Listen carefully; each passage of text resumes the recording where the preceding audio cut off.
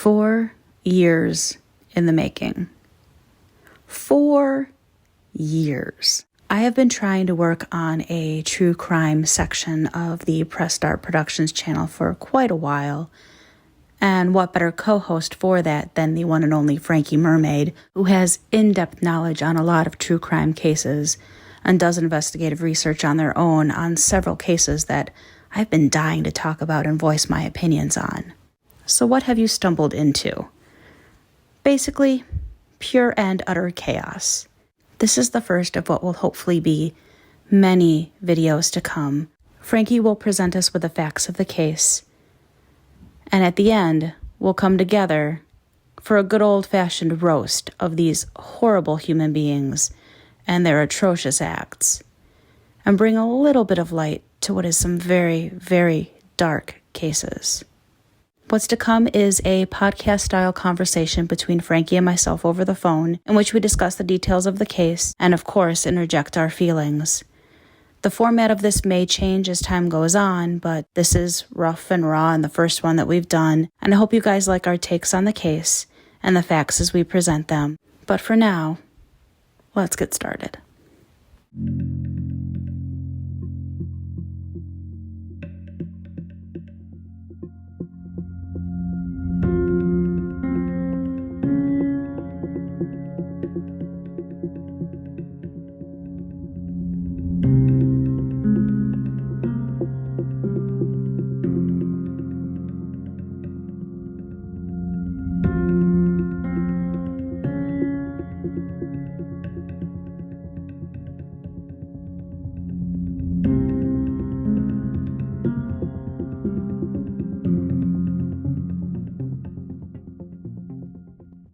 I'm so excited. Yeah, me too. How long? Like 4 years or something like that? God. Yeah, I think we actually started talking about doing this pre-COVID. Yeah, I think so. We're finally doing the thing. So for the purpose of making it make sense, I mean, most people who've been around for a minute know who you are, but we're like 100 souls higher than we were before October, so there are going to be some people who may not know who you are. So maybe we start with you kind of explaining who the hell are you, and why am I allowing you on my channel? Okay. Oh, I haven't got back into my Frankie Mermaid shoes in a long time, but I'm ready. You're ready to be Frankie Mermaid again? Yes. So what I think we'll start with is I'll have you just kind of give us a little history about the asshat that we're going to be discussing in this. I'm going to hand it over to you for a bit here, Frankie, and have you just kind of give us the history of the wonderful him person we're going to talk about today. Chris Watts, he was from North Carolina, and so was Shanann, and they moved to Colorado. They met in 2010, and they were dating for 2 years before they got married. They had 2 daughters, Bella and Cece, and Shanann was pregnant with a baby boy, and she wanted to name him Nico. Why did the rest of the world come to know who Chris Watts was? So there is a little bit of backstory. Shanann was a part of an MLM. She was selling that Thrive stuff. What is Thrive? Thrive is, it's like so you know what an MLM is, right? Yeah, multi-level marketing, yes. Yep. Yes. It's those people who come and like drop into your DMs and they're like, "Hey girl, I know I haven't talked to in a year. Hugs and kisses emojis. I want to tell you about this amazing thing that I'm doing that's my skin is so great and I've never felt happier and I'm making so much money." Exactly. That is what Shanann did. We won't judge her for that. We will not judge her for that because granted, with Thrive, it seems to be more like just like snacks and stuff, or at least that's the stuff that like my grandfather has in his house. And most of the time, people in MLM, you're just getting your bag, and like I am not going to judge you for that. And Shanann actually did really, really well with it. She got a company car because of it, because of her numbers, because she did really, really well, because people really, really liked her. She was on Facebook Live a lot, and she seemed really, like, extroverted and seemed, like, really sweet and really, you know, kind and genuine. And people really, really liked her. And sometimes Chris would show up in the live, like he would be in the background. She would bring him over and he'd like wave, say hi, whatever. Fairly normal. He just seemed a little shy. But she filmed his reaction to her pregnancy test, the most recent one, because like I said, they already had 2 children, but this was going to be their boy. Yes, this was going to be their boy, Nico. That video is so weird.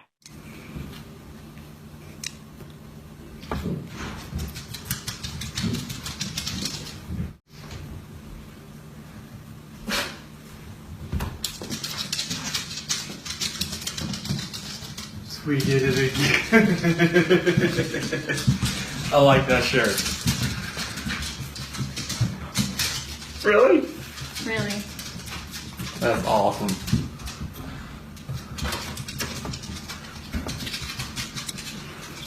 So pink means... That's just the test. I know. It just says the pink is going to be girls. I don't know. Just the test. That's awesome. With knowing what we know now, it's fucking weird. I also want to mention, before we get farther, that there are 2 Nicoles in this story. One Nicole is Shanann's friend, Nicole Atkinson, and the other one is Nicole Kessinger, who is Chris Watts' mistress. Yeah, we can just call her the mistress bitch and then call the other one Nicole. Yeah, I was thinking Nicole A and Nicole K, but that works too. Mistress bitch and Nicole. I also want to mention this about Mistress Bitch. So after all of this happened, she was Googling Amber Fry. And did people hate Amber Fry? That is Scott Peterson's mistress. Mistress Bitch was Googling book deals and stuff like that. Oh my God. That's just gross. Yeah, she's earned Mistress Bitch, for sure. Yeah. She worked hard for that title. We'll let her have it. Yeah. It's all yours, dear. It's all yours. You've earned that. Good job. Gold star. Where was she leading up to the events of what happened? I don't remember where she had been, but I know she'd been away from the home. She came home. There's Ring doorbell footage of her with her suitcase coming home. Yes. But take it from there, kind of where was she and what happened leading up to why we're now talking about it. Yes. She was in North Carolina with her family for 6 weeks. And this was in June, by the way. This was in June. Was she with her folks for the 6 weeks because, did they not get out there very often to visit? Or was it because she was, pregnant and, wouldn't be able to travel much coming up? It was actually because her and Chris had started having issues. Were they like an official separation, or was it just, no? I need a break, so I'm going to go see my folks. Shanann never wanted a separation. They just started fighting really, really bad. And neighbors said that they heard screaming and, fighting and all that. Cece and Bella did not come with her. And also, Chris had a neighbor's kid watch Cece and Bella while he went out with Nicole, and he fucking told her, not Mistress Bitch, he told the girl who was babysitting that he was going to go see a baseball game. Of course. Gross. Chris used that time to start seeing Mistress Bitch. It's unclear if this is when it actually began or if they had been kind of seeing each other a little bit before. I believe they worked together, but July 7th was the first call on record that they had. During that time, lots of missed calls from Shanann. But he was picking up calls from Mistress Bitch. Yes. July 14th, Chris tells Shanann he doesn't want the baby and didn't want to be together anymore. And before this happened, Shanann had an intuition, and she just knew that something was up. She knew something was different about him. She knew something was going on. Do we know how far along she was with Nico? When she was going to get back, she had a doctor's appointment for her 15-week appointment, I believe. Nobody's aborting a baby at 15. Yeah. Nobody's aborting a baby at 15 weeks. So you've already set this impossible standard here. But when you're in what you assume was a happy marriage and you think things are good, you're not to be struck with that at 15 weeks where you've already named this baby. Once you name something, it's yours, Exactly. That's and I think he knew that, that there was no way, sure, you don't want the baby, but that's not an unwanted baby. You were committed enough in your marriage to make this baby with her, and now you're going to walk away because you're a selfish piece of shit. Yeah, gross. That's true color. That's a first indicator for her of true colors showing. There was an FBI agent, I can't remember his name. He said that Chris Watts is a rare, and this is incorrect. He said that family annihilators usually end up killing themselves after. It's usually a murder-suicide.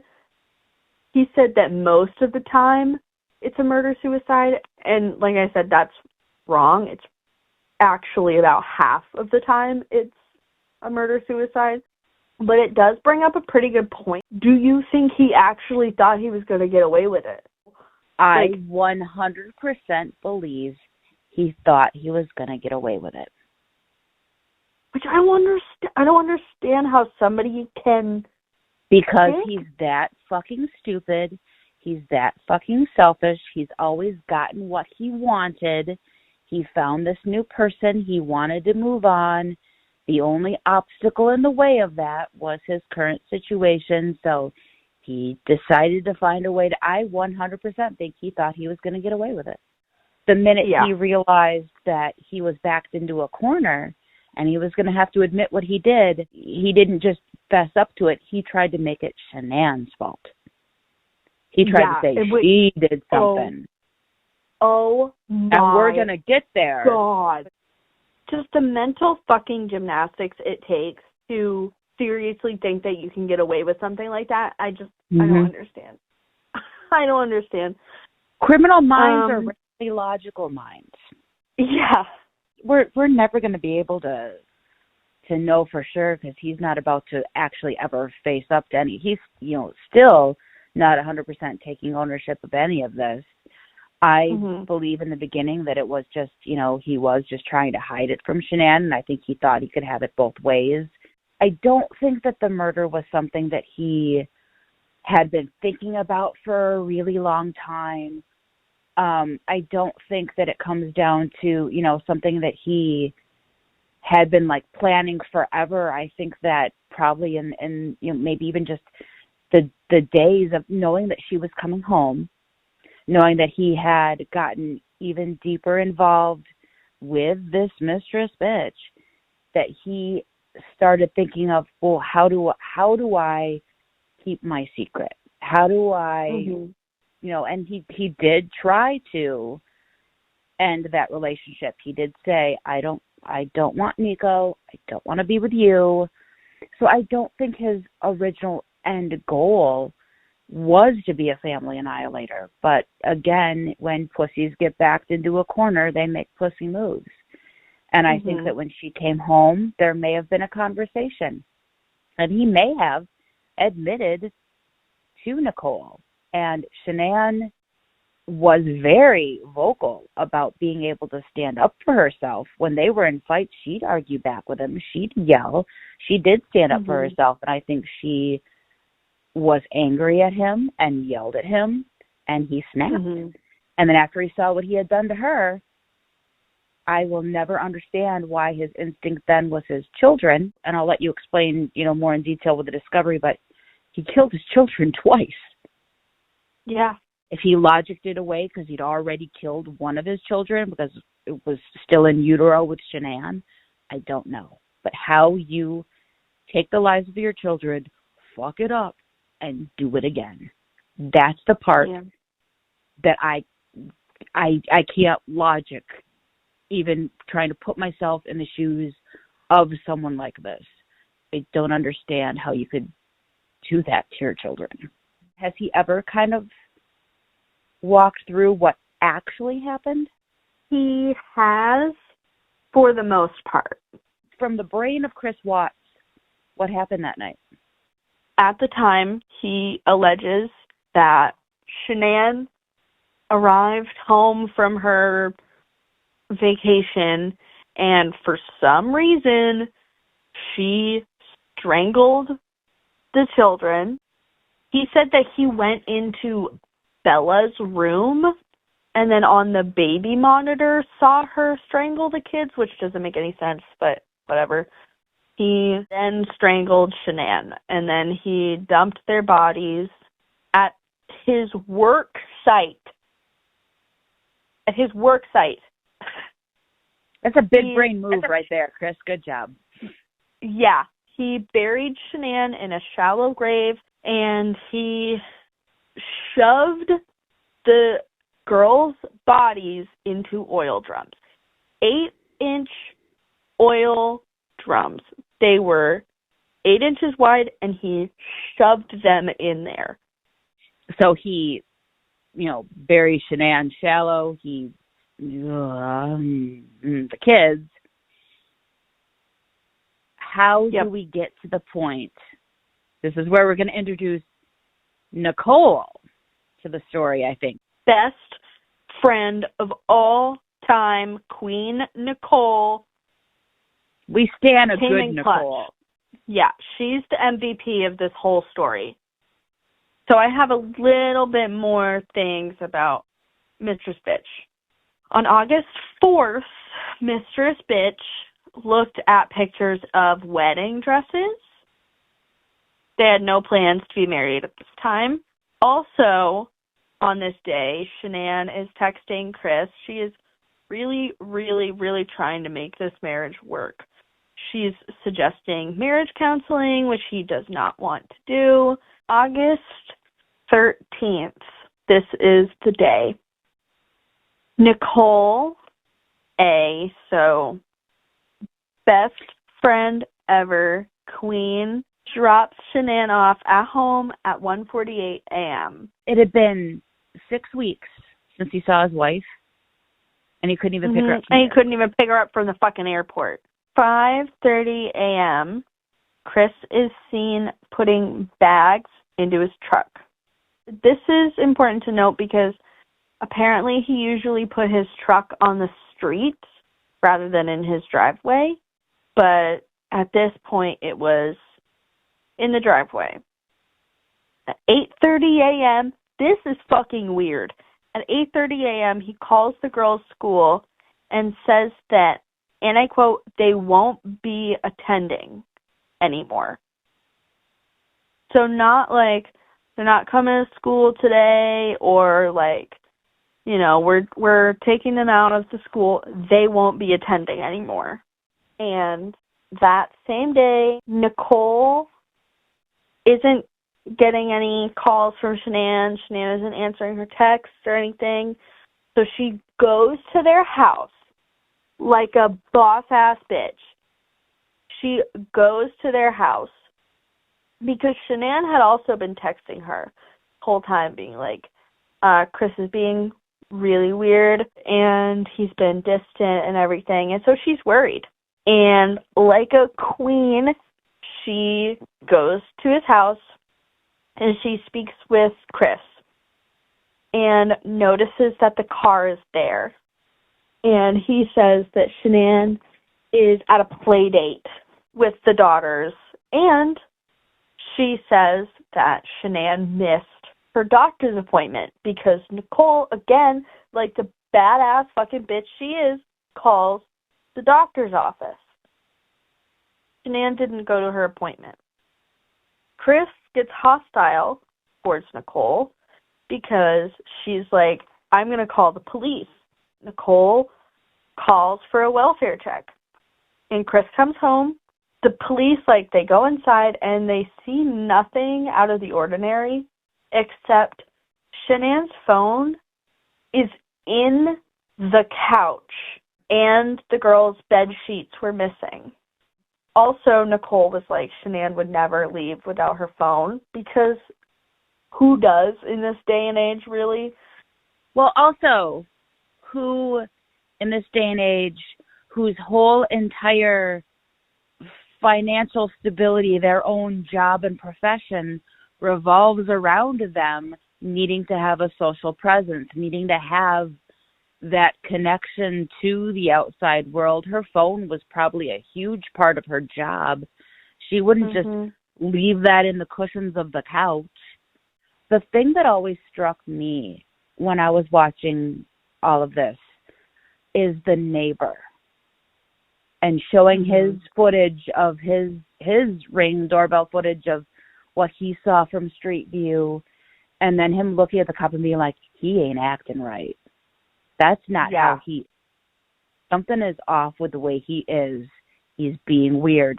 This guy knew that Chris had done something and that it was that blatantly obvious. Even though he was always kind of weird and kind of awkward, something was off with the way he was, the way he had his... He literally had his hands behind his head as if he were expecting to get arrested. He was in a perfect pose for put your hands where I can see him with that cop in front of him. Is so incredibly telling. That's another badass in the story, in my opinion, because he just like, yeah, here's the footage. Chris walks away. He's like, the dude ain't right. On August 15th, shitbag gets arrested.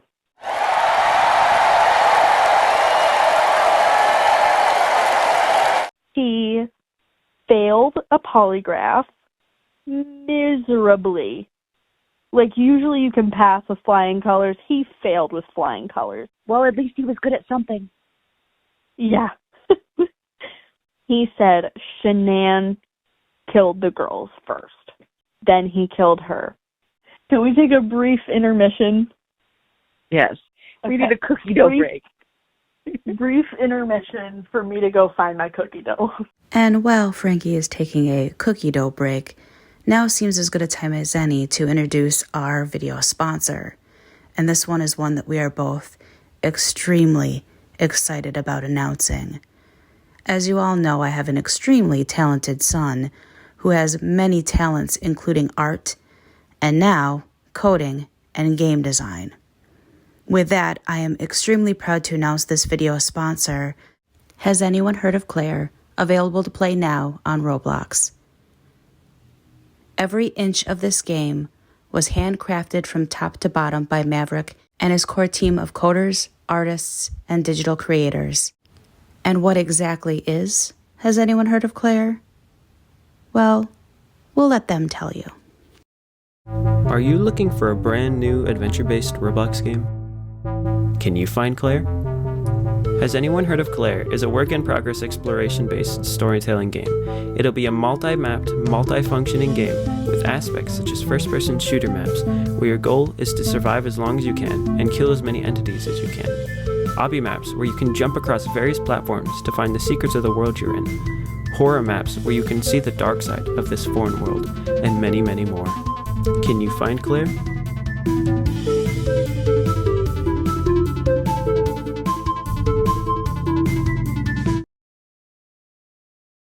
Okay. Where were we? He failed a polygraph fantastically. He kind of confessed at that point because he did admit to killing Shanann. So before we get too far in the weeds with the verdict and then after, explain why I keep saying the kids were killed twice, like what those details were. Well, based on the discovery, police reports, and the letters described in Letters to Christopher, here's what actually happened on August 13th and the days leading up to and right after that. So Chris actually murdered his daughters twice. He told Cheryl and Cadel that he used their pillows to smother them in their beds, and then he strangled Shanann to death in their room. He said she didn't fight him, but her eyes filled with blood, and he thought she might be praying when she died. He was wrapping her in a sheet when his daughters walked into the room and asked what was wrong with Mommy. He was surprised they were still alive. He told them Shanann wasn't feeling well, and then he dragged her body down the stairs to the garage. He put garbage bags over her head and feet, and he loaded her onto the floor in the back seat of his work truck. Then he told his daughters, Bella and Cece, to get in the back. Their mother was at their feet on the floor. They drove almost an hour out to the oil site where he planned to work that day. He knew it was isolated and he knew he'd be alone. Here's a little bit more about what happened when he got out there. This is from the second confession Chris gave the FBI from prison in February 2019. So what happened when you got out there? I took Shanann out just to a place off to the site. And then What were the girls doing when you were doing that? just sent them back to the truck. And then what happened after that? CC was first. She did have a blanket. She had a blue blanket. A Yankee blanket. So was she alive when she went into the oil tank? No? I put the blanket over her. I didn't want to, no, strangled her right there in the back seat. Okay. What was Bella doing? She was sitting right beside her. Did she understand? Did she know what was going on? She didn't say anything. And then the same for Bella. Just without a blanket. With the blanket. Oh, okay. I didn't look. Like every time I closed my eyes, I just hear her saying, "Daddy, no," and that was it. That's what Bella said. I hear that every day. So he gets sentenced. Words that come to mind when I hear the evidence in this case are a senseless crime and the viciousness of the crime. And equally aggravating in this court's determination is the despicable act of disposing of the bodies in the manner in which they were done in this case. I've been a judicial officer now for starting my 17th year, and I could objectively say that this is perhaps the most inhumane and vicious crime that I have handled out of the thousands of cases that I have seen. And nothing less than a maximum sentence would be appropriate, and anything less than the maximum sentence would depreciate the seriousness of this offense. So the court is going to sentence Mr. Watts as follows. With regard to count number 1, murder in the first degree as it relates to Shanann Watts, the court is going to sentence you, sir, to a life sentence in the Colorado Department of Corrections, followed with no possibility of parole. And that is going to run consecutively to all but counts 3 and 4. With regard to count 2, as it relates to murder in the first degree with Bella, the court is going to sentence you to life in the Colorado Department of Corrections with no possibility of parole. With regard to count number 3, the court is going to sentence you as it relates to Celeste to life in the Colorado Department of Corrections with no possibility of parole. With regard to counts 4 and 5 relating to Bella and Celeste as a different theory of first-degree murder, the court is going to sentence you to life in the Colorado Department of Corrections, and legally those sentences must run concurrently as a different theory of first-degree murder. Recognizing the unlawful termination of pregnancy for the unborn child that has been named Nico, the court absolutely believes that the maximum sentence of 48 years would be appropriate to run consecutive to the other charges, with an additional mandatory parole period of 3 years as set forth by statute. With regard to count number 7, as it relates to tampering with a deceased body, as well as counts 8 and 9, each a class 3 felony, the court is going to impose a maximum sentence of 12 years each for those counts to run consecutively to the other counts. The court is going to order that statutory fees be paid and court costs. The court's going to grant the prosecution 91 days to file a notice of restitution, and that will be the sentence of the court. So 1 life sentence without possibility of parole, and you're done. Mm-hmm. So the world will never see this man again, and that's fine. We can, take that key, we can attach some string to it, we can attach some cement, and we can throw that shit in the Mississippi for all I care. Mm-hmm. And in December 2018, he got moved to a maximum security prison. Well, good. Yep. So actually, not good. He should have gotten a bit of Gen Pop justice, as Bo likes to call it. Yeah. Yeah, you want to sleep around? Well, you know what? I know plenty of men who'd like to take advantage. There's one thing that prisoners do not abide. It's pedophiles, molesters, and child killers. Have fun. Yep. Yeah. It's funny when you agree with prisoners on certain things. Before we go on to just our annihilation round of just talking about the things that just make us angry and getting in the feels about this case, are there any other factual pieces of this that you think bear relevance and should be included? If you see a book by Nicole Kessinger, do not buy it. Don't buy it. Don't buy it. Not even for morbid curiosity. I'm sure somebody on YouTube will probably read it. Don't even buy it to burn it. Mm-hmm. Don't even buy it to throw it at a wall in anger and frustration. Just don't even though you're going to burn it and ha funny, that money still goes to a mistress bitch. Yep. And we won't have that. All right. Well, that was great fun. Now let's roast this fucker.